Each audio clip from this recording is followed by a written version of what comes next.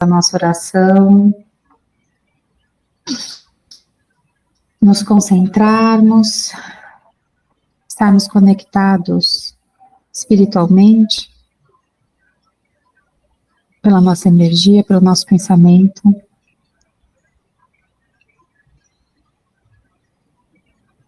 Senhor Jesus, Mestre amado, estamos aqui somente para agradecer. Agradecer por mais essa oportunidade de estarmos aqui reunidos para aprendermos um pouco mais. Sempre é muito gratificante relembrar, estudar, aprender, trazer para a nossa vida os ensinamentos aqui pensados, apresentados, as reflexões. Que possamos sempre levar isso no nosso dia a dia, para que de fato a gente consiga realizar a nossa reforma íntima e continuar no nosso progresso espiritual. Obrigada, Jesus.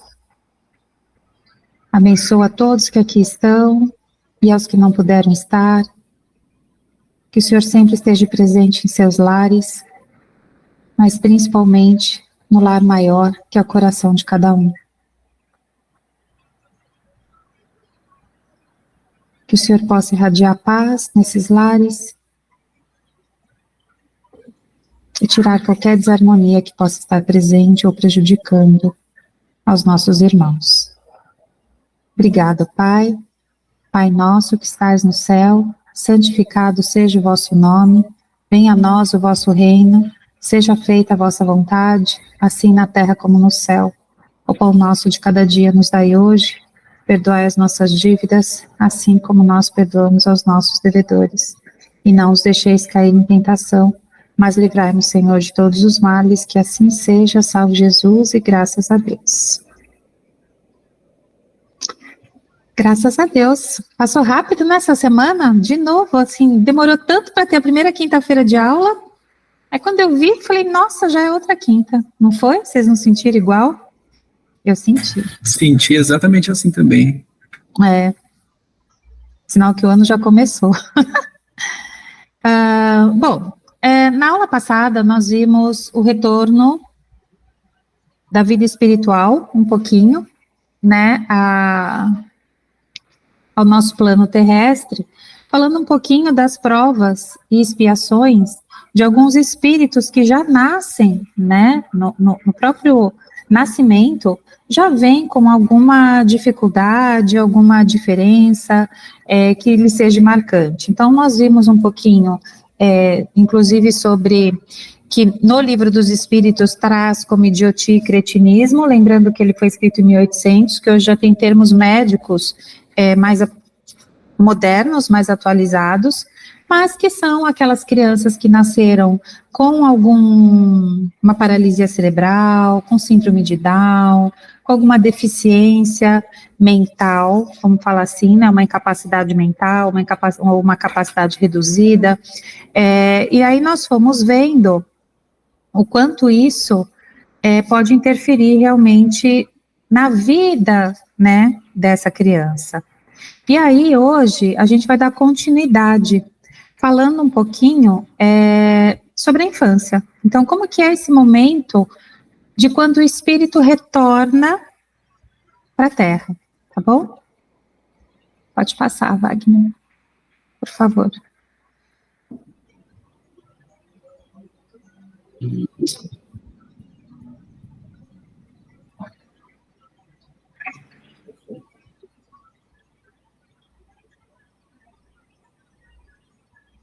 Que é o retorno à vida corporal, a segunda parte, tá? Então, a gente já falou de encarnação, antes das férias, planejamento encarnatório.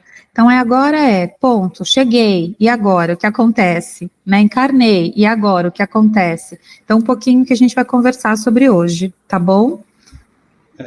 A Ju Martins, se não conseguir mandar a mensagem aqui ou falar, pode mandar lá no WhatsApp lá para se manifestar quem é, por favor, tá bom?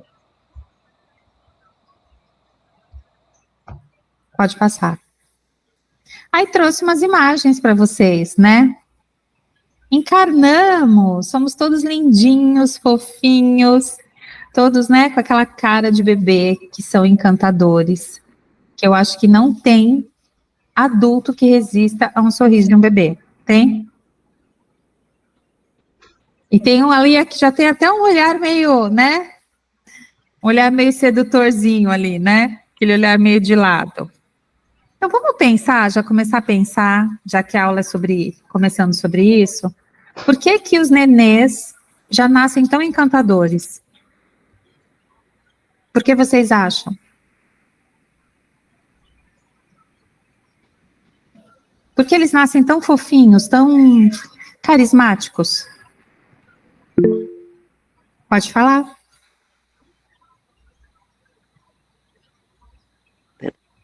Então, Carla, eu acho que eles são puros, né? Então, assim, eu acho que seria isso. Essa é a minha ideia. Você vê Não tem pureza. maldade nenhuma. Isso, não tem maldade nenhuma. Não tem preocupação de boletos ainda. Então, por isso esse sorriso lindo, né? Essa carinha de que eu estou fazendo aqui? E agora, né? O que aconteceu? E agora? Onde que eu tô? Isso mesmo. Essa é a minha opinião. Wagner, Alex, querem falar alguma coisa? No sentido de que pode estar o Hitler aí dentro, aí a gente não consegue saber, né? A gente não consegue saber, exatamente. Passa o próximo, Wagner, por favor. Mesmo quando eles estão chorando, por mais que aquele choro seja estridente, muitas vezes cansativo, que a gente não sabe o que fazer, principalmente quando você é mãe de primeira viagem, pai de primeira viagem, a única coisa que você quer é que seu filho pare de chorar. Mas quando ele faz esse biquinho, né, para ameaçar chorar, você quer morrer junto com o bebê, não é? Não é assim? Quando ele começa a fazer esse biquinho, você fala assim, meu Deus do céu, você quase chora junto. Então, o que será que esse poder que os bebês exercem sobre a gente adultos? Hoje, quando a gente for falando que nada e nada, sem nada é por acaso, sempre, isso é sempre, nada é por acaso. As coisas sempre acontecem de uma forma que já foi planejada pela inteligência suprema, que seria Deus, que tudo é desta forma porque tem um motivo. E aí a gente hoje vai conversar um pouquinho sobre a infância, a chegada desse espírito, então quando ele encarna, o que acontece? Como que é esse retorno, esse início de retorno à vida corporal? E aí a gente vai entender ao longo dos slides o porquê disso tudo. Então, o bebê, quando ele nasce, ele já desperta, né, na maioria dos pais ou das mães e das mães, esse poder de responsabilidade, né? Então, desperta aquilo, eu tenho que ser responsável por aquele ser que chegou na minha casa, na minha vida, né? Então, normalmente, isso já é despertado dentro dos pais. E não são só enquanto nós, espíritos hominais, se a gente for pensar entre os animais, principalmente os mamíferos, a gente fala, né, que as fêmeas viram feras para proteger os seus bebês. As aves também, então se você chega perto do ninho e elas vêm para cima, mesmo que elas sejam minúsculas e você seja enorme. Então isso já é uma característica de sobrevivência, né, de proteção da sua própria espécie. Então, é uma forma delas garantirem que aquela espécie está sendo protegida para que a própria espécie sobreviva. Então, se a gente for pensar na gente, também, a gente já vem também com esse instinto de proteção, né? Então, a gente quer proteger esse espírito, a gente quer, mesmo quem não saiba, e não tem nenhum conhecimento da doutrina espírita, nada, todo mundo já nasce com isso, é uma coisa muito biológica também, né? Então, já é feito na natureza, de ela ser tão perfeita, de ter essa proteção com os bebês, com os filhotes que nascem. Tá bom? Pode passar, Wagner. Então, agora a gente entrando bem na questão espiritual, né? Então, frequentemente, o espírito que anima o corpo de uma criança é tão ou mais desenvolvido do que de um adulto, conforme o seu progresso anterior. Então, normalmente a gente fala, né, que as próximas gerações elas vêm mais evoluídas. Então, que provavelmente os nossos filhos tendem a ser mais evoluídos do que nós. Não, isso não é uma regra, é uma tendência. Pela própria evolução, né, que a gente sempre caminha para frente, então a gente também, quando for reencarnar, a gente estará reencarnando com um progresso maior do que quando a gente desencarnou. Então, sempre é essa tendência do caminhar para frente. E aí, olha o que o Livro dos Espíritos traz, né? Enquanto criança, os órgãos da inteligência, estando ainda em desenvolvimento, não lhe põem à disposição todas as faculdades de um adulto. Então, aquele espírito que está se adaptando à vida corporal, novamente, ele já tem que lidar com a questão de todo o aparato mental dele, que seriam os órgãos relacionados à inteligência e percepção do ambiente, eles ainda não estão totalmente desenvolvidos. E aí, se a gente vai olhar também na questão, voltando para a ciência, para a neurociência, já juntando tudo, o ápice de desenvolvimento de inteligência de uma criança é de 0 a 6 anos, com um foco maior de 0 a 4 anos. É o ápice do maior número de sinapses que a gente pode desenvolver, que o nosso cérebro pode desenvolver. Depois ele já continua formando sinapses, mas não no mesmo ritmo do que quando a criança nasce. Então a gente tem que pensar que é tudo muito acelerado, parece que não é, mas é muito acelerado. Só que o corpo, o espírito, ele ainda tem que se adequar. Então ele tem que se adequar, que entre aspas, ele era um adulto antes de encarnar, na maioria das vezes. Oi, Poliana, tudo bem? Que ele era um adulto, e ele vai ter que se adaptar agora a um corpo de um bebê. Então, todo esse processo de adaptação, ele demora um tempo. Então, a gente fala que é como se o espírito tivesse ainda levemente adormecido. Então, como o Wagner falou, ele não vai conseguir se manifestar se ele for um Hitler naquele bebezinho. Por quê? Porque o espírito dele ainda está levemente adormecido. Por quê? Porque ele não consegue se manifestar plenamente, porque o corpo físico ainda não está pronto para isso. Então, o bebê não fala, né, ele começa a se comunicar depois de um tempo, ele começa a fixar o olhar, a dominar o próprio corpo depois de um tempo. Então, tudo isso é um período de adaptação proposital para que esse espírito, ele consiga, de fato, reencarnar, né, no sentido mais amplo, de dominar totalmente aquele corpo físico. Poliana, tudo bem? Eu só vou dar a gente vai falar hoje, continuando a aula anterior, da importância da infância. Então, quando o espírito está retornando,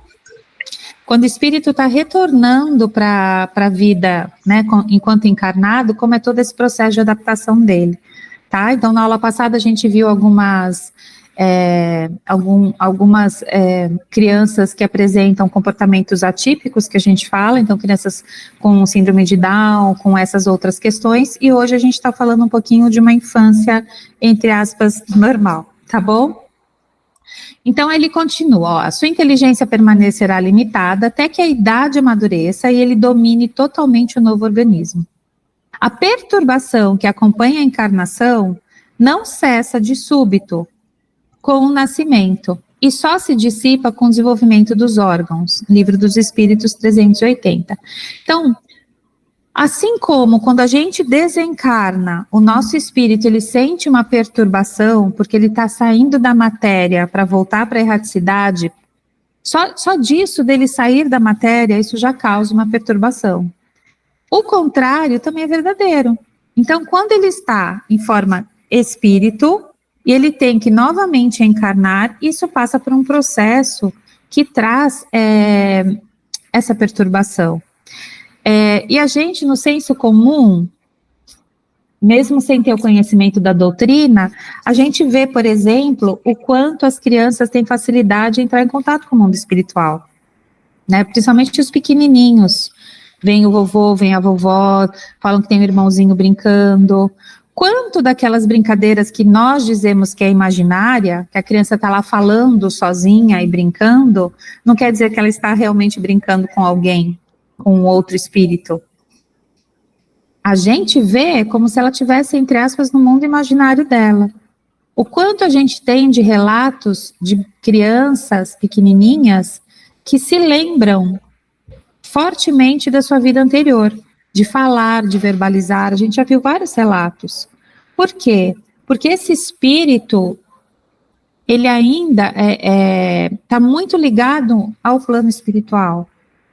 Com o tempo que ele vai realmente tomando posse desse corpo todo, vai encarnando e cada vez ficando mais apropriado dessa matéria, dessa densidade, ele vai se afastando um pouquinho mais.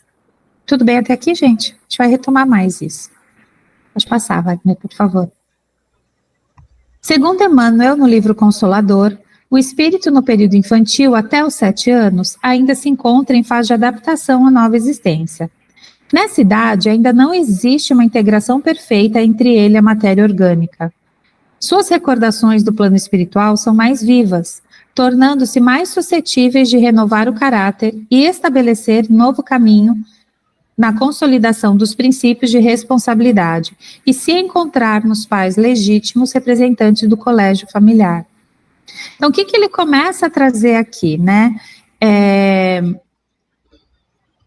A importância de que essas recordações, que no começo estão mais vivas, ajudam ele a moldar o caráter, mas, por outro lado, se ele encontra pais legítimos, no sentido de pais responsáveis de legitimidade do seu papel de pai e mãe, né? Se eles conseguem encontrar um pai e uma mãe que vão ajudar nessa modulação desse caráter, que seria essa educação da primeira infância, esse espírito ele já terá diretrizes para se desenvolver muito melhor do que outros que não passaram por isso, tá?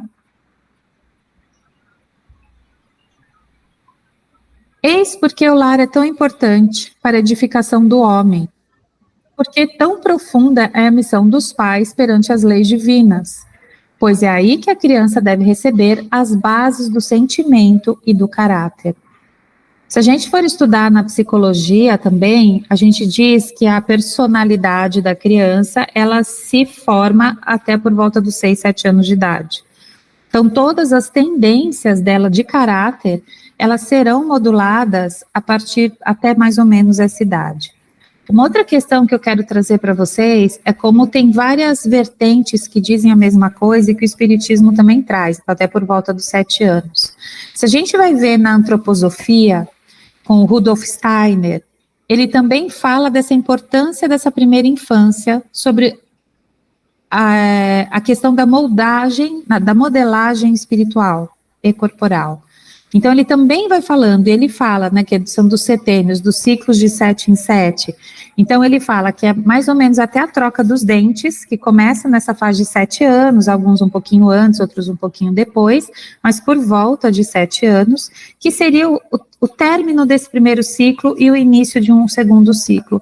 Na psicologia, a gente vê também como um término de um primeiro ciclo para o desenvolvimento de um segundo ciclo, que seria realmente a entrada da criança ao mundo social, ao convívio com os amigos, onde ela vai exercer os valores que ela aprendeu nessa primeira infância, onde ela vai conseguir exercer a questão de responsabilidade, autonomia, o respeito aos colegas. Então, tudo isso ela vai começar a ter um campo social onde ela possa exercer o que ela aprendeu nesse núcleo familiar inicialmente. Então, o estado infantil é uma necessidade do espírito e corresponde aos desígnios da previdência, pois é um tempo de repouso para o espírito. O objetivo da encarnação é o aperfeiçoamento do espírito, e o estado de infância toma-o acessível às impressões que recebe. Sua nova fase de vida vai fundamentar-se nos novos registros inseridos a partir de então. Então, quando a gente fala que a criança é uma esponja, ela é uma esponja. Então, ela está observando tudo que está acontecendo ao redor dela. Quanto menor a criança, eu posso falar isso, vai até uns 3, 4 aninhos, ela é movida pelo aprender. Então, aprender para ela é como se fosse uma necessidade básica. Por quê? Porque ela está se inserindo naquele mundo, e para ela se inserir naquele mundo, ela tem que conhecer. Então, vamos pensar também que uma criança com 1 aninho e meio, 2, ela já domina o idioma sem nunca ter ido para a escola, praticamente, ou só aprendendo por observação. Então, qual é o poder desse cérebro? Nenhuma mãe, nenhum pai fica lá falando frases intencionalmente para ensinar a criança a falar. Você vai falando papai, mamãe, água, você vai dando algum norte, mas toda a estrutura, por exemplo, gramatical de uma língua, a criança só por observação. Então, se nisso ela já consegue, imagina o que a gente conseguiria fazer se nós realmente desenvolvêssemos e soubéssemos da responsabilidade que nós temos enquanto pai e mãe para ajudar na modelação desse espírito e progresso desse espírito. É interessante a gente pensar também que essa fase da infância não é só gostosa para a gente aqui, que lembra com carinho de não ter as responsabilidades de um adulto, mas também para o próprio espírito ter esse momento, esses anos, para poder fazer essa transição de uma forma gradual, que a gente morrendo aqui, quando fica doente, alguma coisa, a gente vai se desligando aos poucos. Lá é a mesma coisa, né? Eles vão encarnar, eles se desligam aos poucos para encarnar, para fazer o efeito ao contrário, né? E é muito interessante a gente pensar dessas formas inversas, né? Tudo perfeito, né, Wagner? Tudo é perfeito. Daí os novos rumos limitados e dependentes deles, e o aumento da probabilidade do sucesso na nova vida. Então, quanto mais esses pais estiverem presentes nessa formação desse caráter moral, mais probabilidade de sucesso eles terão na vida. As sábias leis divinas colocam-no em um meio onde ele só absorve o que é útil, o que convém junto daqueles que estão incumbidos de educá-los e talvez capacitados a lhe auxiliar o adiantamento. Aos pais e professores, cumpre ponderar seriamente sobre esse aspecto, pois o Espiritismo abre um novo capítulo na psicologia infantil e na pedagogia, mostrando a importância da educação da criança, não apenas para a vida em curso, mas também para a sua perene e definitiva evolução espiritual.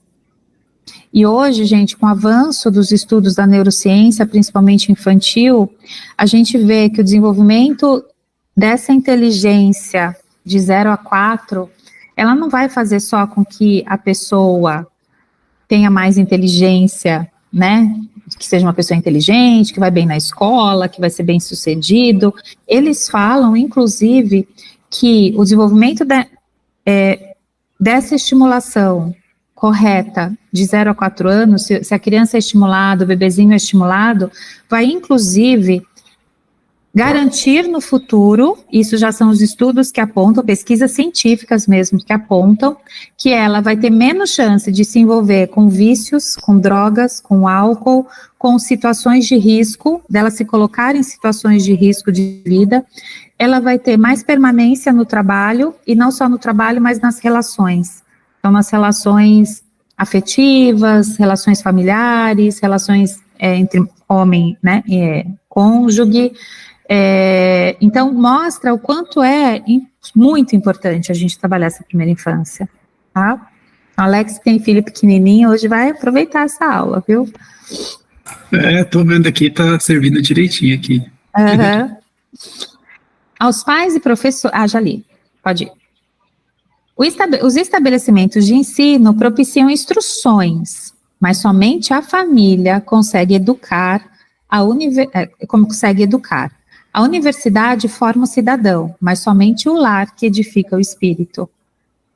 Gente, e é isso, é baseado em quê? Em amor, compreensão e disciplina. Você mostrar o que é o certo, o que é errado, você colocar o limite na criança, falar que não pode, agora você espera, agora não é sua vez, agora você diz obrigado, agora você diz por favor. Então, são coisas simples, que é o que eu, assim, enquanto a gente sempre trabalhei com educação, mas que a gente falava para algumas famílias, vocês querem ter trabalho agora ou vocês querem ter trabalho a vida inteira? É uma opção, porque se você não tiver trabalho agora, enquanto eles são pequenininhos, você vai ter trabalho a vida inteira com o teu filho.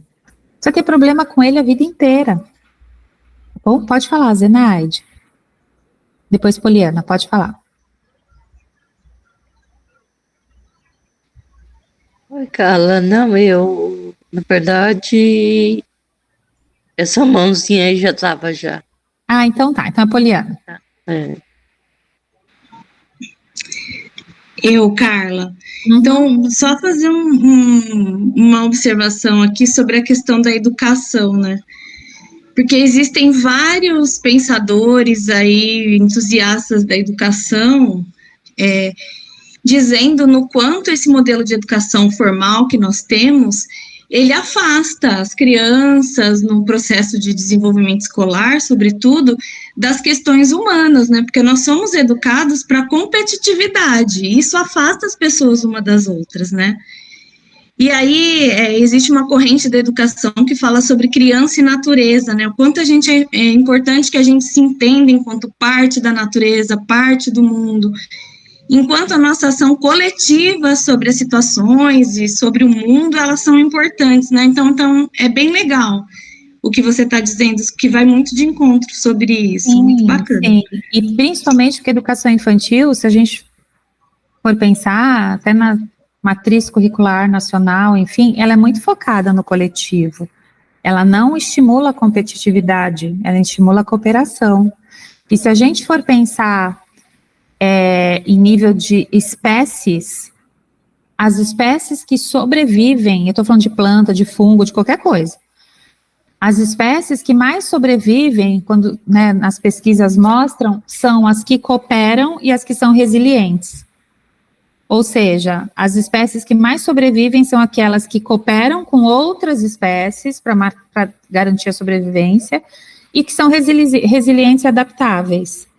Então, eu penso assim, que a natureza, ela é a nossa grande mestra, que ela é a inteligência suprema, e que a gente tem muito que aprender com eles, né, com a natureza, com os fluxos, e sim, eu penso que hoje, a gente sabe que o mundo ele é extremamente competitivo, então você tem que ser melhor que o outro para você entrar na universidade, você tem que ser melhor que o outro para você conseguir a vaga de emprego, você tem que ser, mas que essa competição seja justa, que você não passe por cima de valores para você conseguir o que você quer.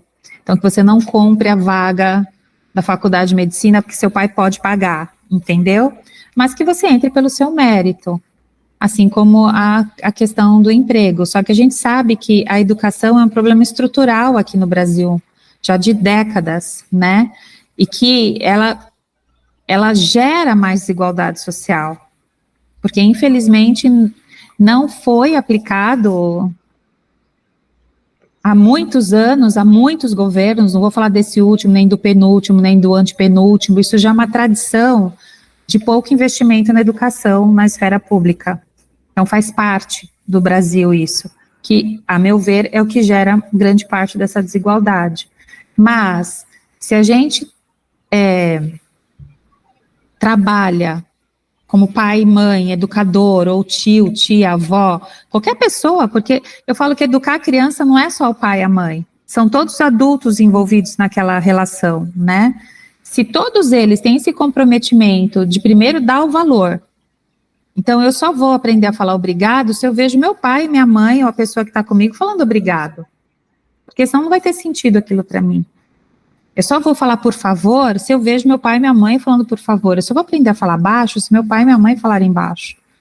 Então, acho que é tudo isso que a gente tem que realmente ir pensando. E o quanto, agora só quebrando um pouquinho isso dessa questão social, que ela também não é regra. Eu conheci um rapaz no aniversário, né, de um amigo meu. Ele deve ter uns 30, 32, acho. Por aí, né? E ele é carioca, tá trabalhando aqui em São Paulo, ele faz avaliação de hospitais, pra você ter uma ideia. Então, se um hospital vai ficar à venda para outra rede comprar, ele que faz todo aquele levantamento pelo número de funcionários, número de atendimento, número de não sei o quê. Então, imagina que é um trabalho super técnico, né, que exige uma demanda grande. E aí ele estava me contando a história dele, que ele morava numa das favelas do Rio de Janeiro, que eu não vou falar nem que aquilo é uma comunidade, porque algumas não são. E ele falou, Carla, eu ia para a escola, eu punha sacola de supermercado nos pés para pular a lama, pular quando chovia, porque era água para todo lado. Eu via sempre corpos pendurados numa árvore, que era na saída da favela, então cada dia tinha alguém pendurado lá, que era morto pelo tráfico, e você passava por baixo daquilo para ir para a escola. Então eu ficava imaginando ele pequenininho vivendo isso. Aí ele falou assim, e eu sabia que eu não queria aquilo para minha vida. Então, desde pequeno, e aí você percebe a presença dos pais nesse sentido, que moravam lá porque não tinham condição de pagar outro lugar para morar. E aí ele foi falando isso, ele falou assim, no meu primeiro salário de jovem aprendiz, ele falou assim, eu comprei um chuveiro, porque na minha casa não tinha chuveiro, nem quente nem frio, a gente tomava banho de caneca. Não tinha um chuveiro, aí você fica pensando, né, não tem um cano que sai uma água, não estou falando de um chuveiro quente.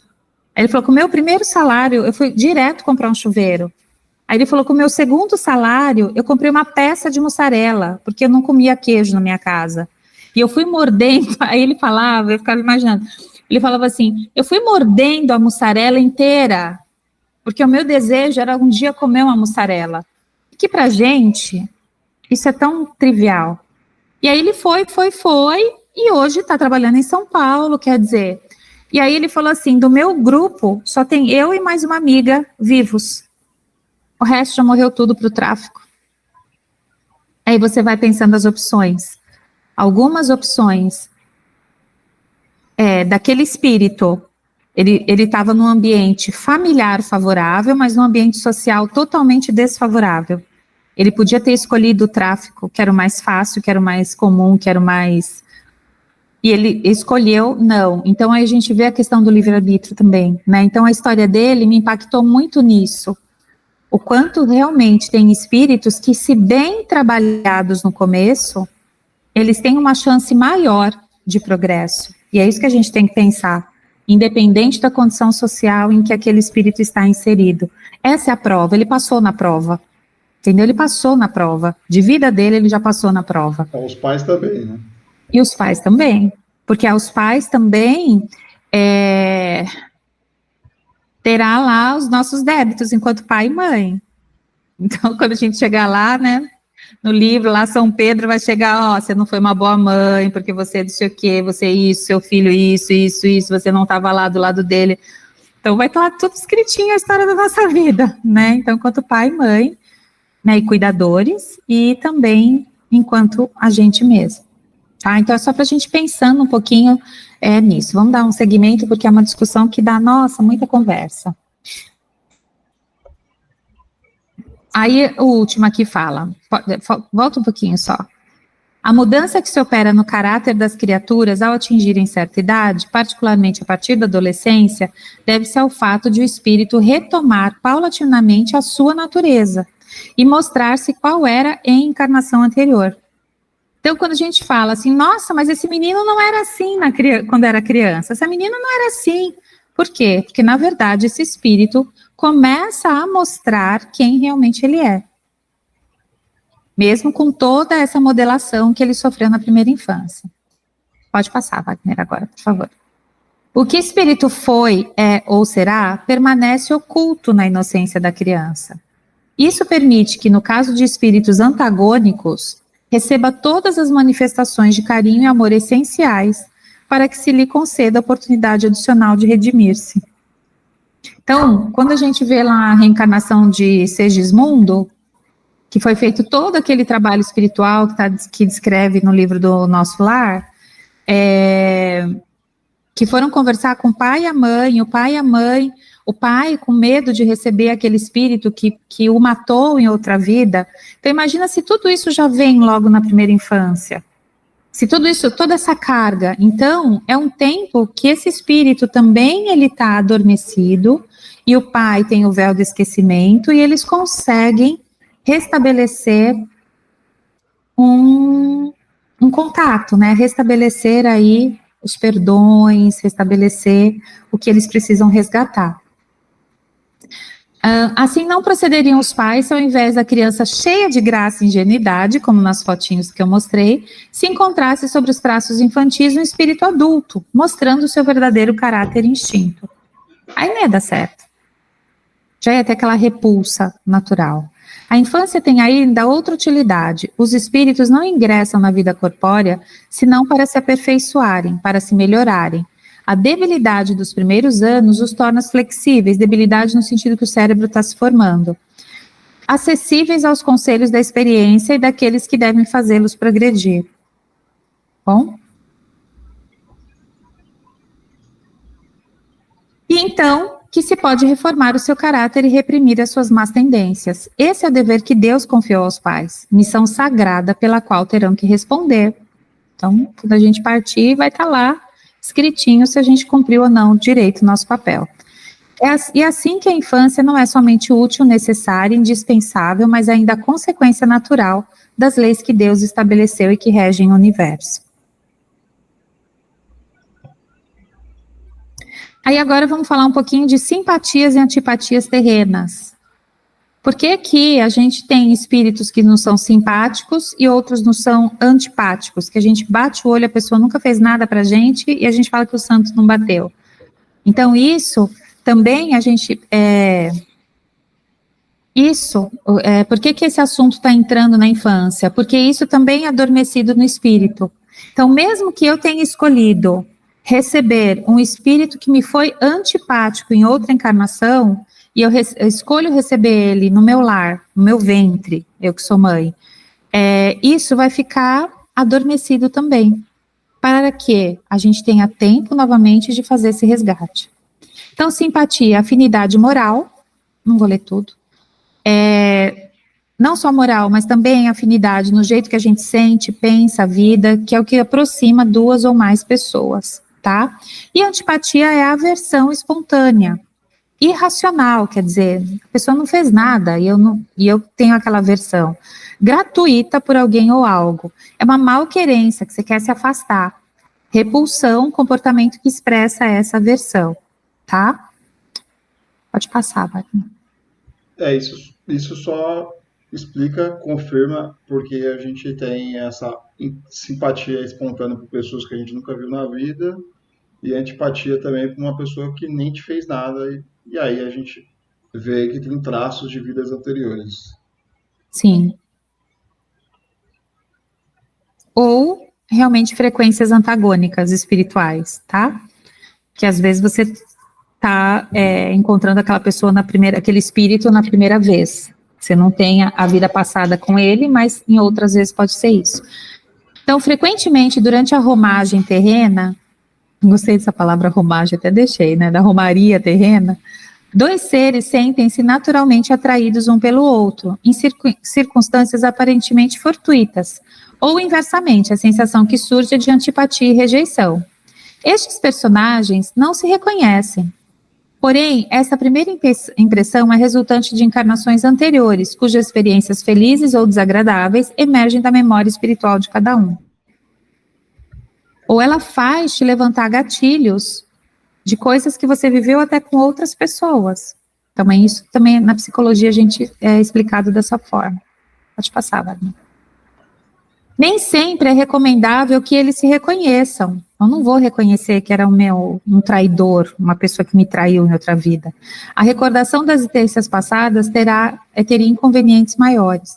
Após a morte, eles se reconhecerão e saberão em que tempo estiveram juntos. Então, até se conseguiram se perdoar e conviver, aprenderam a conviver, ou se afastaram novamente.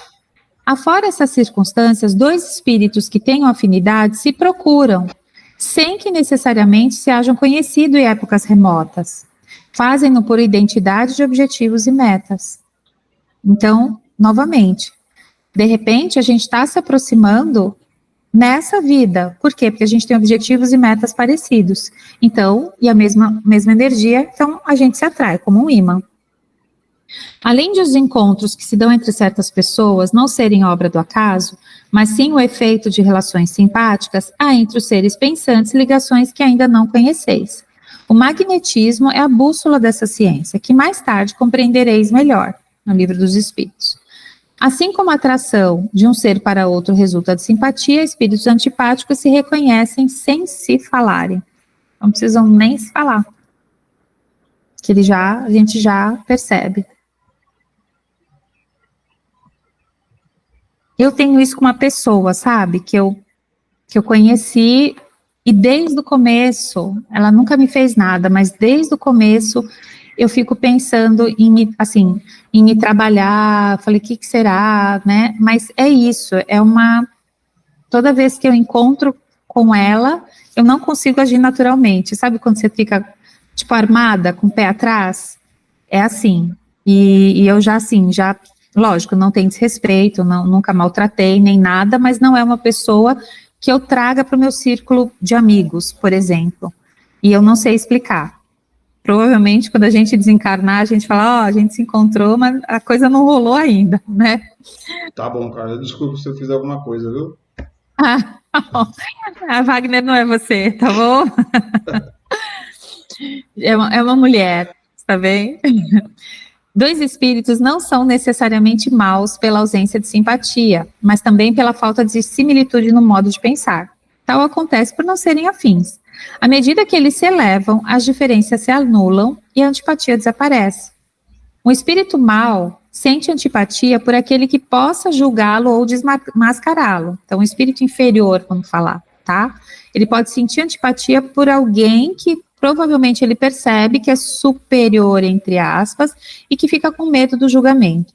Ao sentir sua aproximação, já pela primeira vez percebe iminente desaprovação.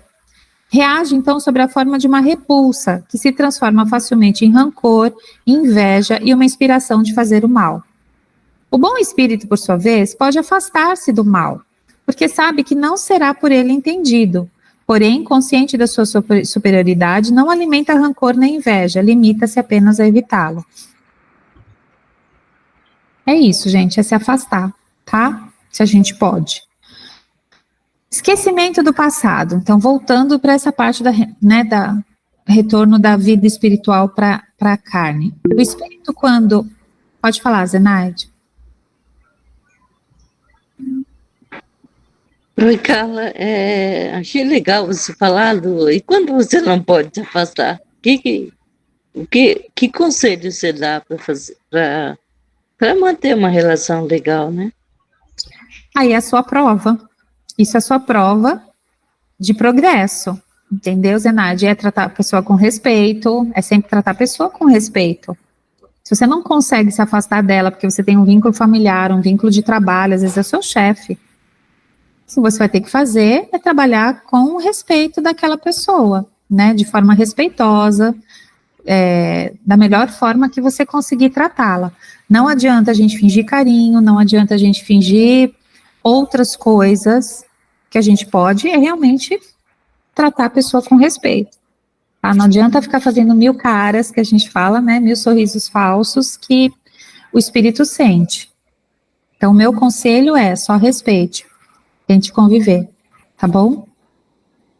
Tá bom, obrigada, Carla. O duro é quando você respeita e a pessoa tá ali, né? Aí você sabe que realmente então, mas agora mesmo. Você sabe o motivo. Você sabe agora o motivo. Que você, então, você já tem de vidas passadas, provavelmente algum resgate para fazer com essa pessoa. Sim. Provavelmente você já tem, entre aspas, um espírito um pouco mais elevado que o dela, no sentido de entender isso, e ela se sente ameaçada e acuada por você. Então ela vai ficar te espezinhando, entre aspas, e você vai ter essa prova para ver se você vai cair nisso ou se você vai se manter reta. Tá bom? Isso tem uma durabilidade. Vai depender da evolução da outra pessoa. Faça muita oração para ela. É isso que eu tô tentando, isso que eu tô levando. Graças a Deus, é aquilo que você falou. Eu entendo bastante. Assim, eu tô trabalhando bem isso, né? Por isso que eu tô gostando.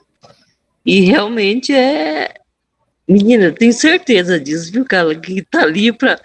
Mas tem vezes que você fala, meu Deus do céu, é Então, hoje. então, é hoje que você não vai cair. Você não vai cair nessa tentação, entendeu? De Isso. revidar. Você vai se Legal. manter reta. Aquele Tá exemplo bom? da Carla, do rapaz lá no Rio de Janeiro, na situação onde ele vivia, e mesmo assim ele não se deixou influenciar, porque a paz estava dentro dele, ele não se deixou se influenciar pelas circunstâncias. A mesma coisa quando a gente lidar com a prova, com alguém próximo, que a gente não tem como evitar, a gente não pode se ligar a essa circunstância, a esse embate. A gente precisa buscar a paz dentro da gente. Então a modificação está. A gente não consegue mudar a outra pessoa, a gente não consegue Sim. mudar a sociedade, a gente não consegue mudar a nossa volta, mas a gente consegue mudar dentro da gente. Então é aí que a gente vai conseguir ganhar, ter essa força para suportar essa prova. Respira, bebe água. Tá bom? Isso. Antes de responder, respira, bebe água, respira, bebe água. Tá Fala, ótimo. Alex. Obrigada. Não, então, eu estava escutando uma novela esses dias que falava mais ou menos uma coisa similar, né? Porque tinha, por exemplo, eram dois espíritos, tinha uma outra história totalmente à parte também, mas tinham dois espíritos que eles eram inimigos em uma encarnação e numa nova encarnação eles acabaram ficando um pouco próximos, assim, os dois eram músicos e um queria passar o outro. Até que chegou um ponto que o primeiro ficou meio que para trás, bem para trás do que o segundo. E no final ele sempre achou que nunca ia conseguir chegar ao mesmo nível que ele. E como eles eram inimigos na outra encarnação, ele pensou, nunca vou pedir ajuda para esse cara, né? Até que chegou um ponto que ele foi obrigado a pedir ajuda. E aí nesse ponto que estava aquele divisor de águas. Se um ajudasse o outro, ele ia ter a recompensa, vamos assim dizer, ou a reconciliação, né? E foi aquilo que o cara fez. Então aí, a partir desse momento, ele dando o exemplo de mudança, o outro também mudou. Então, eu acho que o exemplo vale muito. Então, se você quer mudar o outro, você tem que realmente se mudar e mudar com exemplos também, que é bastante importante. Mas isso demonstrou que o livre-arbítrio também você faz o que você realmente quer, né? E é importante isso, porque com aquele passo que ele deu, ele acabou quebrando uma corrente que vinha há muito tempo, sabe? E aí a gente pensa, só peguei o pedacinho que você narrou, Alex. A prova dele era vencer o próprio orgulho. Vencer o orgulho e pedir ajuda. Porque muitas pessoas que não aceitam ajuda e não pedem ajuda porque o orgulho impede. Então, você pedir ajuda também é um ato que a gente fala de humildade. Então, me colocar mais humilde, porque o outro é melhor, ele pode me ensinar a tocar um instrumento, nesse caso. Né? Então, o quanto, talvez a prova desse espírito seja vencer o orgulho. A partir do momento que ele venceu o orgulho dele, aí as coisas, a nuvem foi se dissipando, provavelmente, né? Então, são coisas, assim, que a gente tem que realmente pensar, né? Por que eu me incomodo tanto com aquela pessoa? Eu mesmo, eu reflito muito isso. O que eu tenho que aprender nessa situação? Por que essa pessoa me incomoda tanto? Então, né, assim, não é só deixar para lá, é o que eu posso aprender com essa situação, né? Aí sim que eu vou ter esse divisor de águas, como você falou no livro aí, na novela que você assistiu. Uma coisa que eu peguei assim para mim também foi a questão do perdão, sabe? O segundo poderia muito bem ter ignorado o pedido do primeiro e continuado da mesma forma, mas ele foi suficientemente bom para dar o perdão. Então quer dizer que ele se sentindo bem, ele acabou fazendo com que o outro também se sentisse bem, e aí se gerou uma corrente de união e não desunião, né? Eu acho que isso é bastante importante também. Sim. Que não só de um lado aprendeu, acho que os dois lados aprenderam isso que eu queria. Com certeza. Sim, bacana. Deixa eu ver aqui onde eu parei. Esse acho que eu não li nada, né, Wagner? O espírito, quando reencarna, esquece totalmente seu passado, porém muitas pessoas acreditam que a lembrança de vidas anteriores, no decorrer da vida presente, seria de grande benefício. Então muita gente quer saber, né? Só que não. A gente sabe que isso é uma dádiva, na verdade.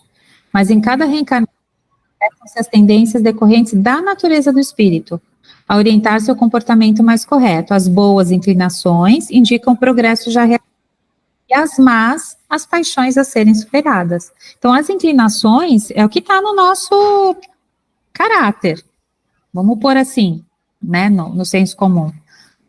Tanto que a gente fala, são irmãos gêmeos, iguaizinhos, a mesma educação, o mesmo tempo de vida familiar, o mesmo tudo, e a gente brinca, é o capiroto e o outro é o santo. Então, o que está acontecendo aí, se eles estão recebendo o mesmo número, a mesma quantidade de estímulos, né, dos dois. Por quê? Porque um já vem com essas boas tendências, outro com essas más tendências, que têm que ser superadas. Inúmeras vezes, espíritos que foram acerbos inimigos uma determinada vida renascem no seio de uma mesma família, como esse caso, ou amigos muito próximos, a fim de removerem as arestas e aprenderem a se amar. Se relembrassem do passado, em muitos casos essa reconciliação se tornaria extremamente difícil. Então, se um lembrar que matou o outro, como vai se reconciliar? Não vai. E aí, esse perdão, como você mesmo disse, Alex, não iria acontecer. Pode passar, Wagner. Tem coisa ainda, senão vai atrasar a sua parte. O homem nem pode e nem deve saber de tudo. Deus assim o quer na sua sabedoria. Sem o véu que lhe encobre certas coisas, o homem ficaria ofuscado, como aquele que passa sem transição da obscuridade para a luz. Pelo esquecimento do passado, ele é mais ele mesmo. Então, ele tem a oportunidade de ver uma nova história a cada encarnação, baseado no livre-arbítrio. Passar. Em cada nova existência, o espírito usufrui do conhecimento conquistado nas vidas passadas, estando em melhores condições de distinguir entre o bem e o mal. Ao retornar ao plano espiritual, descortina-se diante dele a sua vida pregressa. Então, quando ele volta, que aí ele vai tendo esse conhecimento, até do quanto ele evoluiu ou não. Vê as faltas que cometeu e que deram origem aos seus sofrimentos, assim como o modo como as teria evitado. Então, aí o momento da reflexão e do aprendizado. Isso lhe servirá de orientação, caso tenha o mérito de escolher por si próprio uma nova encarnação, a fim de evitar reparar os erros cometidos. Ele então escolhe provas semelhantes às que não soube aproveitar, ou os embates que melhor possam contribuir para o seu adiantamento. Então, a gente está escolhendo essas pessoas que estão muito próximas da gente por um longo período. Então, o que essas pessoas podem contribuir para o meu adiantamento? É isso que a gente tem que pensar o tempo todo. Eu, por exemplo, tenho que aguentar o Wagner todos os dias agora, toda segunda e quinta, é para o meu adiantamento, né? Gente, a gente brinca, tá? Eu e ele também fica brincando comigo e assim tá bom? Mas, se não temos, durante a vida corpórea, uma lembrança precisa daquilo que fomos e do que fizemos de bem ou mal em nossas existências anteriores, temos, entretanto, a intuição. E a gente não dá muita bola, entre aspas, para as nossas intuições, né? E isso é uma coisa que eu vim trabalhando desde que eu comecei a frequentar a casa espírita, já era mais do que adulta, a dar vazão para essa intuição, dar importância para as intuições que a gente tem. Porque normalmente a gente nega elas quando a gente se dá mal depois. Agora, se a gente vai pensando, teve lá uma intuição, porque o que é a intuição? Também é esse nosso espírito tentando, entre aspas, se manifestar de forma melhor, ou até os nossos mentores tentando entrar em comunicação, falando coisinhas no nosso ouvido, para que a gente tome um certo cuidado, né, ou evite tal coisa. Então, a gente tem que começar a trabalhar esse nosso lado intuitivo, e isso, gente, não tem nada a ver com mediunidade. Não tem nada a ver com mediunidade. É o autoconhecimento. É pelo autoconhecimento que você vai lá, cada vez se conhecendo mais e entendendo os seus processos. Por isso que é importante, né, aquela pausa para oração, aquela pausa para meditação em geral, porque a gente sabe que se a gente for agir na raiva, na explosão, nos impulsos, nos instintos, a gente não vai pensar em nada, a gente vai ficar só agir, e aí que a gente toma as piores decisões, né? Por isso que é importante a gente dar essa pausada para a gente ouvir nós mesmos e conseguir dar a chance de ouvir essa intuição. É isso mesmo.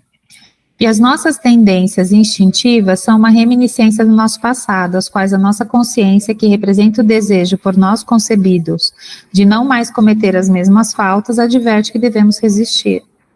Se o homem não tem, portanto, lembranças precisas do passado, tem sempre a voz da consciência e suas tendências instintivas, que lhe permite conhecimento de si mesmo. Tá? Deixa eu passar. Eu acho que essa parte pode passar, que é dos mundos, Wagner. Nem vou falar que é dos mundos onde reina o bem e o mal, da evolução dos mundos, a gente já falou sobre isso. Então, assim cabe... então vamos para essa parte, isso, parte do sexo dos espíritos, que é a parte final, que ainda fala da infância, né? Então, Kardec questiona, tem sexo os espíritos? Não como entendeis, pois que os sexos dependem da organização. Há entre eles amor e simpatia, mais baseados na concordância dos sentimentos. Em nova existência, pode o espírito que animou o corpo de um homem animar o de uma mulher e vice-versa? Dê certo. São os mesmos espíritos que animam homens e mulheres. Então, essa coisa de um espírito feminino, um espírito masculino, não existe essa distinção. O que existe, muitas vezes, é uma tendência por várias reencarnações no mesmo sexo. Então, vamos supor que eu, em todas as minhas escolhas, ou na maioria delas, eu escolhi reencarnar como mulher. Então, pode ser que eu tenha maiores habilidades e maiores competências desenvolvidas dessa forma. Assim como homens que também encarnam várias vezes. Uma das coisas que falam e que hoje, né, a gente vê muito falando sobre a questão de homossexualidade ou de pessoas, já desde crianças, que nascem naquele corpo e não se sentem presentes naquele corpo e acabam fazendo todas as cirurgias de transformação. Isso já presente desde crianças de 10, 12 anos, né? Então, que não está nada associado, de fato, com a sexualidade, né? Com um ato sexual, com nada disso, porque são crianças. Mas aí o que o Espiritismo já traz em alguns momentos, que a gente lê artigos, não é nada da doutrina, não aparece nada do que Kardec escreveu naquela época. Mas uma releitura disso é que esses espíritos, eles encarnaram com uma certa frequência, por exemplo, num corpo masculino, e depois encarnam num corpo feminino, eles têm essa dificuldade de reajuste. E eles não se sentem naquele corpo físico bem. E aí muitos estão pedindo para fazer essa mudança. A gente não pode falar que é regra, que no Espiritismo isso não tem regra, então não dá para falar que A mais B é tanto, que 2 mais 2 é igual a 4. Cada caso é um caso, tá, gente? Mas só para trazer que segundo o livro dos espíritos, os espíritos não têm sexo, masculino ou feminino, tá bom?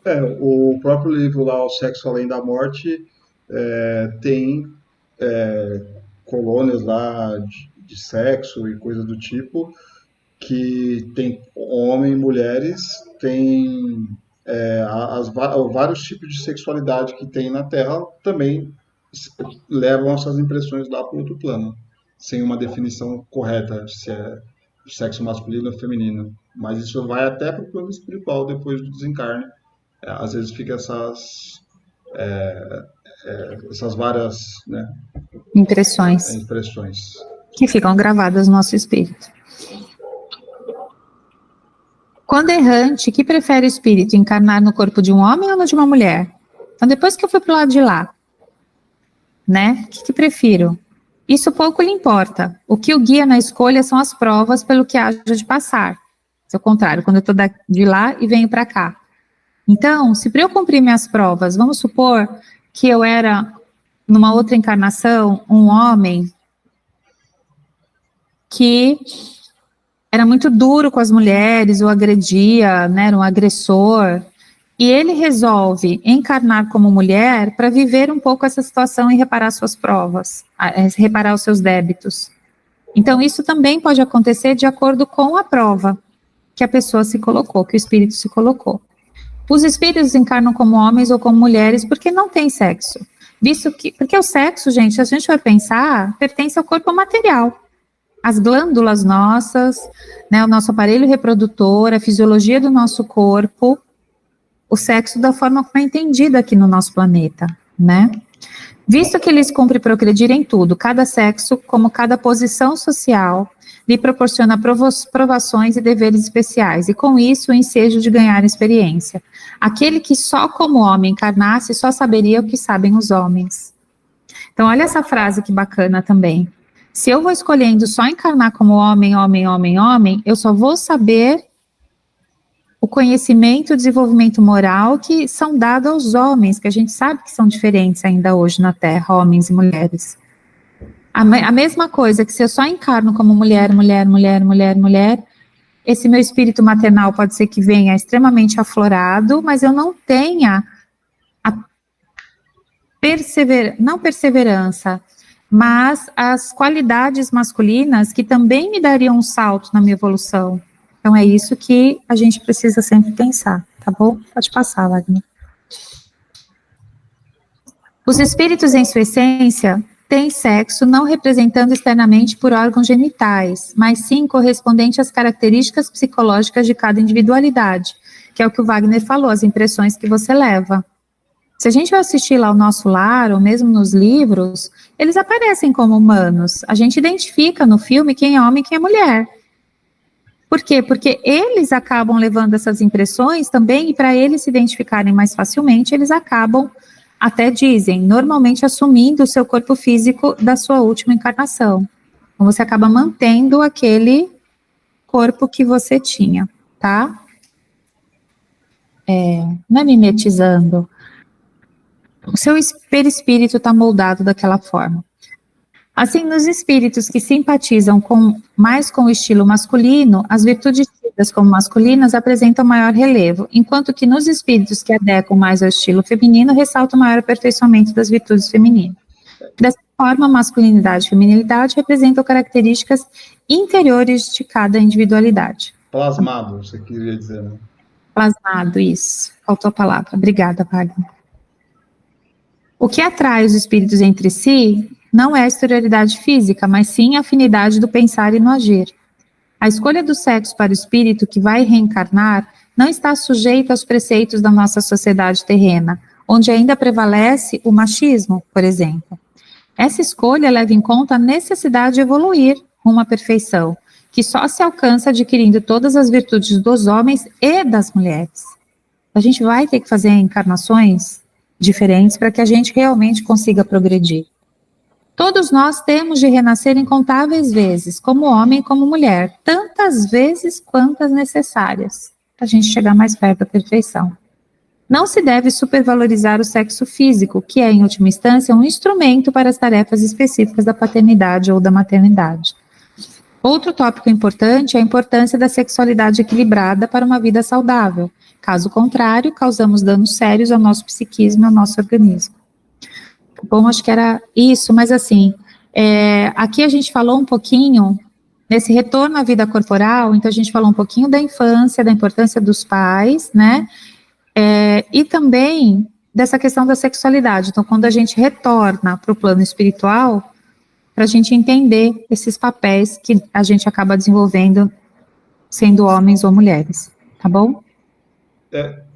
Isso também me faz refletir que, né, o Espiritismo nos mostra que a lei divina, a lei do mestre, né, tudo, ele não tem bandeiras, né, não tem, por exemplo, você tem que passar por, é universal, né, para todos, homens, mulheres, e inclusive para palmeirenses e corintianos. Então, se você quer ser só de um time, você não gosta, odeia o outro time, provavelmente você vai ter que ter uma experiência de uma vida num outro time, numa outra classe social, numa outra cultura, para você aprender, né? A gente está aqui no Brasil, a gente aprende com a corrupção, com todos os problemas e as maravilhas que o Brasil oferece, diferente de qualquer lugar do mundo. E aí, quando a gente precisa ganhar disciplina, a gente vai nascer lá no Japão, que lá é um país que tem uma cultura de disciplina e tal. Então, é uma lei universal. Todos merecem a oportunidade de estar em todos os lugares, passar por todas as experiências para tirar o proveito disso nas encarnações. Então, onde nós estamos agora, o que nós estamos fazendo agora, na família, no país, é uma oportunidade para a gente por todas as dificuldades, nada mais é que são oportunidades para a gente poder evoluir e experimentar essa experiência de estar onde nós estamos, né? De sermos mulheres, de sermos homens, de sermos ricos ou pobres, tanto faz. Sim, a É uma cor da pele. oportunidade para a gente crescer, né?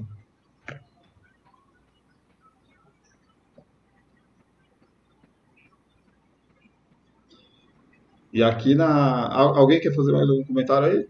Tá tranquilo?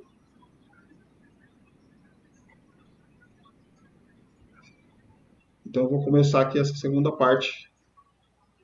Se vocês tiverem interesse em ler sobre essa questão da antroposofia, do Rudolf Steiner, vocês me falam, que é o que rege a pedagogia Waldorf também, que fala dos setênios, aí vocês me falam que eu compartilho com vocês no WhatsApp algum artigo, tá bom? E pegando um pouco um gancho disso que a Carla está falando, dessa volta à vida corpora, que a gente às vezes a gente vem aqui pagar os débitos, né, passar por essas provas, daquelas pessoas que nos ofenderam, até o exemplo da Zenaide mesmo, como que é difícil conviver com uma pessoa que está te agredindo, que está te testando, e aí uma das formas, que é o que a gente vai ler agora, é se alguém te ferir na face direita, né, que Jesus falou dessa questão da gente não revidar, da gente não se igualar ao nível, vamos dizer assim, né? Quando a gente vê lá os espíritos mais superiores, mais esclarecidos, quando eles se aproximam de alguém que está menos esclarecido, ele não ataca a pessoa porque ela está, né, desfavorecida, porque ela está com ausência de luz. Ele simplesmente acolhe, e a pessoa ataca, ela não consegue atacar, ele não revida. Aí é essa situação que a gente tem que buscar essa paz internamente para poder lidar com essas situações externas, com essa paz aí que a gente tem que buscar dentro do nosso coração, quando a gente sofrer essas agressões de vários tipos, né? Aqui nas passagens aqui de Jesus falando, aprendeste que foi dito, olho por olho e dente por dente. Eu, porém, vos digo que não resistais ao mal que vos queira fazer, que se alguém vos bater na face direita, lhe apresenteis também a outra, e que se alguém quiser pleitear contra vós, para vós tomar a túnica, também lhes entregueis o manto, e que se alguém vos obrigar a caminhar 1000 passos com ele, caminheis mais 2000. Daí aquele que vos pedir a não repilais, aquele que vos queira tomar emprestado. Aí Mateus 38 a 42. A gente não pode tomar isso ao pé da letra, exatamente o que está descrito aí. É tudo figurado, para as pessoas da época poderem entender e da forma didática da época que Jesus tinha para explicar. Somente esse negócio de caminhar 1000 passos aí, hoje em dia a gente não caminha tanto esses 1000 aí muito, né? O pessoal andava muito a pé naquela época. E aí é uma maneira figurativa para ele poder representar simples, não revidar quando alguém te atacar. É basicamente isso. Aí a gente vai explorar mais aqui nos slides, tá? Jesus diz que quando esteve entre nós, procurou nos apresentar uma visão diferenciada da vida. E aí a gente viu lá que na primeira frase, lá na lei de Moisés, olho por olho e dente por dente, era a regra. Né? Se alguém te agrediu, você retruca. Se alguém te deu um soco, você dá outro de volta. Se alguém te prejudicou, aí, infelizmente, a gente ainda tem restícios disso, né? Como dizem o mundo dos espertos, né? Que você acha que você tem que ficar, quem sobrevive é quem passar a perna um no outro. Aquele exemplo da cara é bem legal, das espécies que se ajudam, são os que mais têm a tendência de sobreviver, né, se preservar, né? Então, o ser humano é a mesma coisa. Quanto a gente não conseguir ter essa fraternidade, entender de que somos parte de um conjunto, não somos únicos, um ego que só atende aos nossos anseios, e a gente começar a olhar que tudo em nossa volta está conectado e a gente tem que contribuir, e aí as coisas vão começar a esclarecer mais nesse sentido fraterno com a própria humanidade. Sua doutrina é a antítese de tudo aquilo que nos ensina o espírito do mundo. O homem, no seu atraso espiritual, procura fazer o melhor ao seu alcance para adaptar os ensinamentos do mestre aos interesses da comunidade. E foi sob a inspiração do Evangelho que se construiu a civilização ocidental. Ninguém em sã consciência poderia dizer que a doutrina ensinada por Cristo não teve um papel fundamental no crescimento da humanidade. Então, se a gente for parar para refletir, como a gente estava falando, olho por olho e dente por dente era a regra, e Jesus veio causando esse pacto, falando sobre esse negócio de amar o inimigo, de dar a face direita, de não retrucar, de não... essa é a forma de desarmar um ataque. Que nem você está lá no trânsito, uma vez lá, me fechou, eu comecei a xingar, buzinei, me fechou, eu fiquei bravo, aí eu falei assim, quero ver quem é essa pessoa que fez esse vacilo aqui, né? Aí a pessoa passou do meu lado e falou assim, moço, desculpa, eu não vi você. Aí me desarmou. Eu não tenho como xingar, não tenho como retrucar, a pessoa pediu desculpa, ela tem o direito de errar, como todos nós, e ela tem o direito de pedir desculpa, eu não tenho o que fazer mais. Então, essa é a forma da gente desarmar esses ataques, até na nossa própria convivência, com pessoas que, às vezes, né, um chefe, um parente, um amigo que te ataca, que quer te prejudicar, é você retribuir com o bem, é o bem que desarma, é a desculpa, é com licença, é nesse exemplo que você desarma esses ataques, e não retrucando na mesma moeda, né?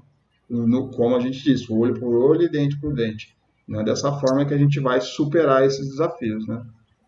Tem uma palestra do Haroldo Dutra que ele fala exatamente isso, não sei se vocês já assistiram alguma, que ele estava indo com o filho no banco de trás, e ele estava indo para uma casa espírita ou dar uma palestra, uma coisa assim, e aí uma pessoa fechou ele, aí ele abaixou o vidro pronto para, né, já soltar os cachorros, literalmente. Aí o filho no banco de trás falou assim, pai, você vai xingar ele? Aí ele lembrou. Então os filhos também, eu falo que eles são uma missão para tornar os pais pessoas melhores, né? Os pais têm que, opa, não posso dar o exemplo. Falou, não, filho, né? Ele até brincou na palestra, não, filho, só estou te pegando um ar, né? Brincou assim. Mas ele falou que se o filho dele não estivesse no banco de trás e cobrasse, tipo assim, pô, você vai fazer a palestra e você vai xingar aqui, né? Que inconsistência é essa, né? Você está sendo inconsistente. Então é isso, é aprender pelo exemplo mesmo. E nunca é tarde, né? Para a gente aprender, para a gente poder mudar o nosso caminho, ir para um caminho certo, todo momento. Não importa a idade que a gente tem. Até me fez lembrar do meu pai mesmo, que o Alex conhece, né? Com certeza. Que o meu pai tinha um costume, uma mania de falar palavrão, filho da polícia, filho da polícia. O tempo todo eu cresci com essa mania que ele tinha de falar tudo filho da polícia, filho da polícia. E aí ele virou aquele vô coruja, aquele cara, sabe? Aquele vô bem corujão mesmo. A canetinha que era até a filha do Alex, né? Aí tudo que a menina pedia, ela apontava e ele levava. Apontava e levava. Aí a menina aprendeu, a primeira palavra que ela aprendeu, filho da polícia. Filho da polícia. Aí todo mundo começou a zoar ele. Olha lá, a menina aprendeu por causa de você. E ele ficou morrendo de vergonha, né? Nossa, olha o exemplo que eu dei para minha neta, né? E aí, por isso, ele parou de falar isso. Depois de uns 60 anos, do nada, ele, por causa dessa vergonha, desse ensinamento que o neto deu, ele resolveu mudar a conduta. Isso é muito legal, né? A gente vê qualquer idade a pessoa ter essa modificação. Mas o homem, em seus limites de entendimento, nunca conseguiu assimilar determinados conceitos encontrados no discurso de Jesus. E um deles é o da humildade, que nem estava falando, né? O rapaz tinha que ter a humildade de pedir ajuda, né? De abaixar esse ego, para poder ter essa reconciliação. Na introdução desta lição, ele mostra que já no seu tempo não havia mais sentido os homens continuarem fazendo uma das antigas leis civis ensinada por Moisés, que é o olho por olho e dente por dente, dizia o antigo profeta, né? Eu, porém, vos digo, disse o Cristo, se alguém vos ferir na face direita, ofereça-lhe a outra. Se alguém tirar-te a túnica, largue-te também a capa. Dá a quem te pede e não voltes de costas ao que deseja que lhe emprestes. Ou seja, não revidar. né? Simplesmente você não revidar, desculpar, é a forma que a gente tem para desmontar qualquer ataque. E às vezes, e aí a gente volta a falar daquela questão da gente não agir por impulso, por raiva, sempre agir com essa reflexão, parar para respirar, uma meditação, uma oração. Com certeza ali nas suas intuições vai vir a melhor decisão para você, a resposta para você lidar com aquela situação difícil. Todos nós passamos por situação difícil, pessoas difíceis, né, uma sociedade difícil, e se a gente ficar atirando, agindo pela vontade de instinto de querer, né, acabar com tudo, nada vai dar certo na nossa vida. Então, se a gente começar a agir parando para respirar, para pensar, para refletir, meditar, orar, pedindo ajuda, levando a nossa vibração, com certeza a gente vai tomar as melhores decisões. Com certeza. Foi assim que esse jovem, na faixa dos 30 anos, chocou a sociedade do seu tempo e continua chocando até os dias atuais aos homens contemporâneos, que não conseguem compreender certos ensinamentos revolucionários. Então, de certa forma, é uma questão muito simples e que até hoje, 2000 anos depois, a gente não conseguiu colocar na prática no nosso dia a dia ainda, nem no trânsito. Se bem que eu acredito que a questão da seta para virar, para lá, para cá, eu lembro do tempo do meu pai lá, que eu era criança, ninguém dava seta, todo mundo andava que nem um louco. Hoje em dia eu já acho que essa questão da seta aí já deu uma melhorada. Agora, né, tem outras coisas que aos poucos a humanidade vai compreendendo essa mensagem que Jesus deu há 2000 anos e a gente vai ter um trânsito mais da paz, né? E Jesus, porém, veio nos ensinar as bases morais que devem reger o comportamento dos seres humanos e não poderia fazê-lo se não usasse de um verbo forte capaz de impressionar pela gravidade das ideias. Então, era uma ideia grave, uma ideia impactante para a época. Este texto introdutório é a base de uma sociedade justa e fraterna, onde os homens tratam-se como irmãos e procuram suportar as imperfeições um dos outros. Procurar suportar as imperfeições um dos outros é bem difícil. Você olhar você está fazendo a coisa certa e a pessoa do seu lado está fazendo a coisa errada, você fica coçando para você criticar, para você não ter uma tolerância. Então, a gente precisa suportar, a gente precisa oferecer ajuda, a gente não... Senão, a gente vai viver brigando, todo mundo é diferente, tem uns mais evoluídos, outros menos. Porque depois a gente vai encontrar um que consegue fazer uma coisa e a gente que vai ser o chato que está lá fazendo as coisas erradas. E a gente vai querer paciência do outro. Então, e precisa existir uma harmonia, uma fraternidade, com todas as diferenças e imperfeições. O Evangelho segundo o Espiritismo, capítulo 12, itens 7 e 8, do Allan Kardec, faz um comentário muito feliz da lição, mostrando que os homens ainda se conduzem na vida dominados pelo orgulho e pelo egoísmo. Não poderemos construir uma sociedade mais justa e fraterna se os homens não se tratarem como irmãos. Infelizmente, os sistemas que hoje governam a humanidade elegeram a competição como instrumento de progresso. Ou seja, vai lá no Google, você trabalha lá, um salário muito bom, né? Coisas muito maravilhosas materialmente, mas lá dizem que cobra comendo cobra, a pessoa querendo um puxando o tapete do outro, e ali é o espírito da empresa. Você tem que prejudicar o outro para você conseguir algo, e é o sistema da própria sociedade. Você precisa ter para você ter um benefício, você meio que prejudica alguém, é meio que um sistema. E aí a gente, dentro dessa sociedade, a gente tenta ser o mais honesto possível para não prejudicar esse próximo. Se esforçar para poder, em todos os momentos, seja você indo lá no mercado, vendo uma moça trabalhando lá até as 10 horas da noite no domingo. E aí você olhar para aquela moça, pelo menos com aquele sentimento de caridade. Nossa, que difícil deve ser estar aqui, domingo poderia estar com os filhos, alguma coisa, estar aqui me atendendo. Eu, pelo menos, vou falar uma boa noite para ela, vou agradecer, né? Não vou arrumar confusão, brigar, reclamar que não está legal isso aqui, né? Então, é uma forma da gente olhar que o sistema realmente ele é prejudicial para os nossos irmãos da sociedade e a gente tentar lidar com isso com amor ao próximo, pelo menos enxergando o próximo as dificuldades que a gente também vive, né? O que foi que eu vi? Um meme lá da figurinha que o rapaz falou que queria que abaixasse a carga horária do trabalho, porque está muito errado, essa carga horária está muito alta.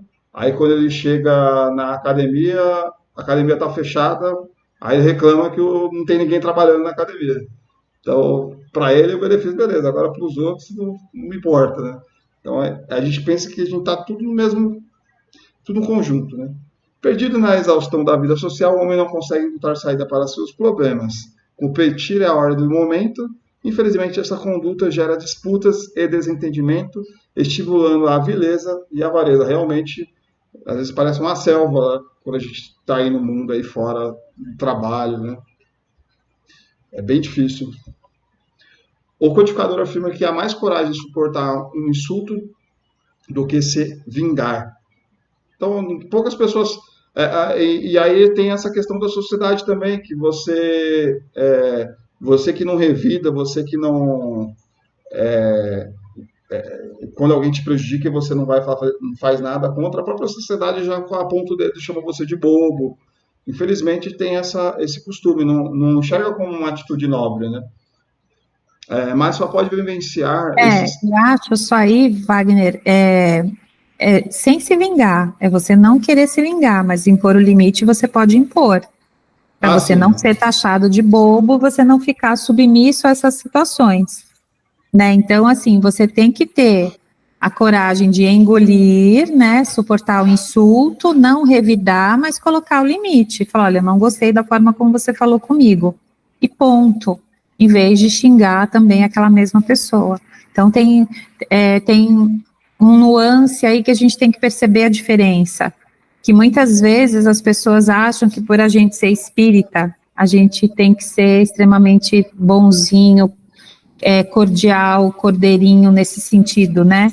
Você é até bobo, né? E não é isso, não é isso, é a gente não se vingar, a gente não desrespeitar, mas sim, de forma respeitosa, a gente colocar o nosso limite. Exigir até o próprio respeito nosso, né? Sim. No funcionamento. Ficou bem lembrado, cara. É importante mesmo.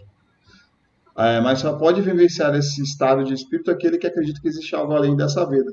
Então, aquela pessoa que não acredita que existe nada além, ela acha que nada disso é útil, né? Já que vou morrer e vai acabar mesmo. Para os materialistas que se conduzem nas malhas do niilismo que é realmente essa pessoa muito cética, que não acredita em nada, que nada vai para nada, nada vem de nada.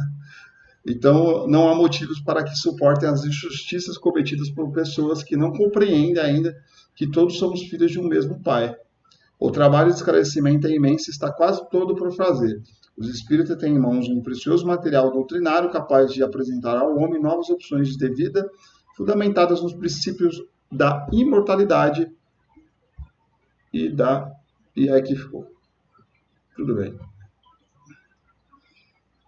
E da imortalidade, ou seja, o Espiritismo está trazendo essa mensagem, mostrando que existe a vida além dessa vida, e de que nada vem de nada e nada vai para nada. Então, tudo que a gente faz aqui leva débitos ou créditos lá para quando a gente ter esse desencarne, e tudo isso faz parte de um processo de evolução. Então, cabe a nós enxergar essa oportunidade e tentar aplicar no nosso dia a dia, na nossa vida, na nossa encarnação, como realmente provas para a gente poder suportar e superá-las, e, né, com cabeça erguida, que nem a Carla falou, sem vingar, sem retrucar, mas exigindo respeito, que é a forma correta de lidar, né, com essas situações difíceis que a gente passa na vida, né? Ali eu acho que era a reencarnação, os princípios da reencarnação e da lei de causa e efeito. Faltando aquela ali, não me engano. Gente, é isso, foi mais uma aula. Vocês gostariam de colocar mais alguma coisa, alguma dúvida, alguma pergunta?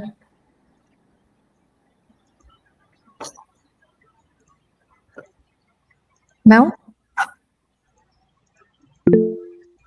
Pode falar, Zenaide.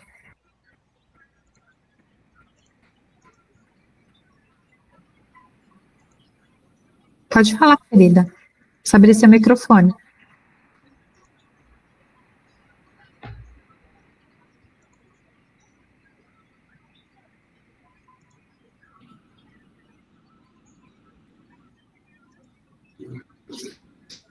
Você levantou a mão, mas você não está falando ou a gente não está te escutando, querida. É só abrir o. Tirar do mudo, Zenaide, que tá no mudo, tá?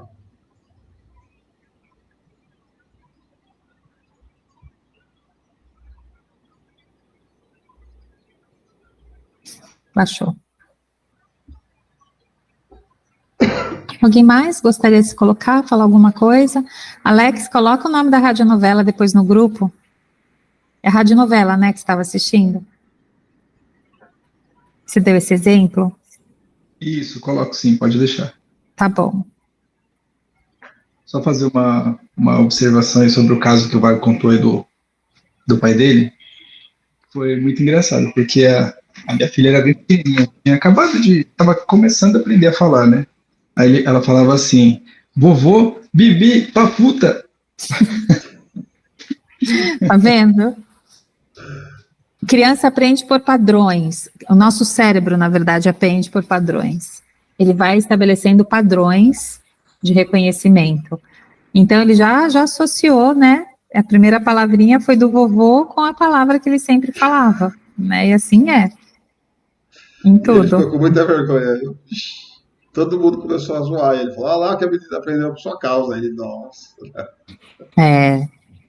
E é bom, porque aí a gente se revê, né? A gente se revê. Tem Nunca muitos mais ele casos falou, hein? de pais e mães que param de fumar depois que tem o bebê.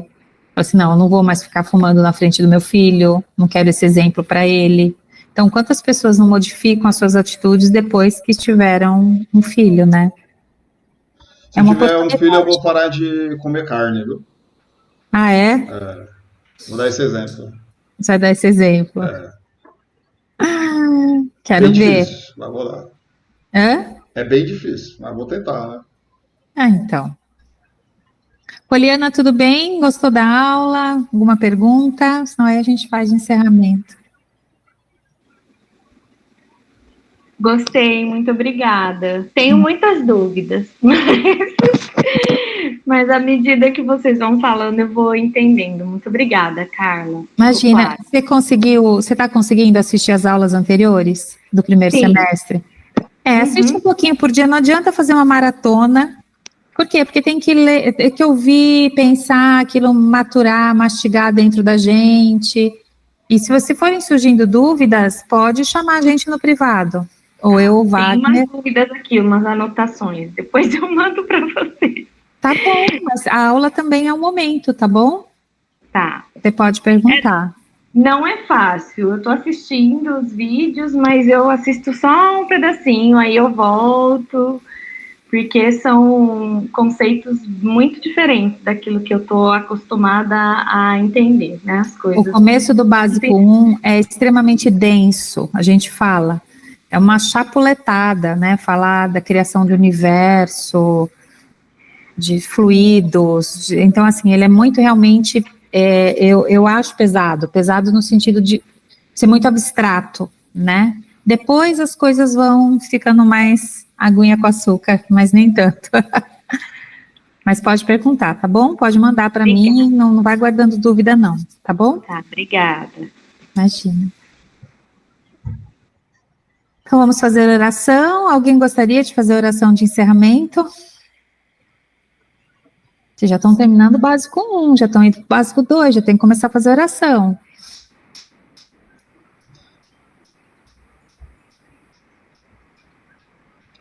Acho que ficou para mim de novo, hein? Wagner, vai tu mesmo. Vamos fazer a oração final de agradecimento. Agradecimento pelas reflexões, pela palavra que nos veio aqui para agregar o nosso espírito, para que possamos digerir isso durante aí esse feriado e pedir aos mentores, aos espíritos de luz que iluminem as nossas casas, cada canto, cada cômodo, todo o nosso terreno, ilumine os nossos moradores, familiares, animais, plantas, que tudo esteja equilibrado, harmonizado com essa luz. E agradecer por esse momento, pela nossa saúde, pela nossa alegria, pedir perdão, perdoar, enfim, sentimentos nobres aí que vai nos agregar e nos deixar em paz. Possamos ter uma boa noite também. Pai nosso que estás no céu, santificado seja o vosso nome, venha a nós o vosso reino, seja feita a vossa vontade, assim na terra como no céu. O pão nosso de cada dia nos dai hoje. Perdoai as nossas dívidas, assim como nós perdoamos aos nossos devedores. Não nos deixeis cair em tentações, mas livrai do mal, que assim seja. Salve Jesus e graças a Deus.